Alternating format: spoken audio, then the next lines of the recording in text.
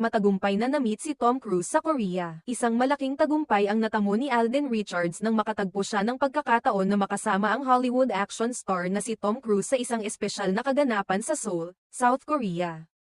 Ang kanilang pagkikita ay naganap sa red carpet premiere ng pelikulang Mission: Impossible The Final Reckoning, ang pinakahuling installment ng sikat na action franchise. Sa kanyang Instagram post, ibinahagi ni Alden ang kanyang tuwa at pagkabighani sa pagkikita nila ni Tom Cruise. Ayon sa kanya, Ethan meets Ethan. I have no words. Ang pahayag na ito ay may kalakip na video na nagpapakita ng kanilang masayang pagkikita, kung saan makikita si Alden na nakasuot ng asul na suit at si Tom Cruise na nakasuot ng itim na kasuotan. Ang pangalan ni Alden sa pelikulang Hello, Love, Goodbye ay Ethan.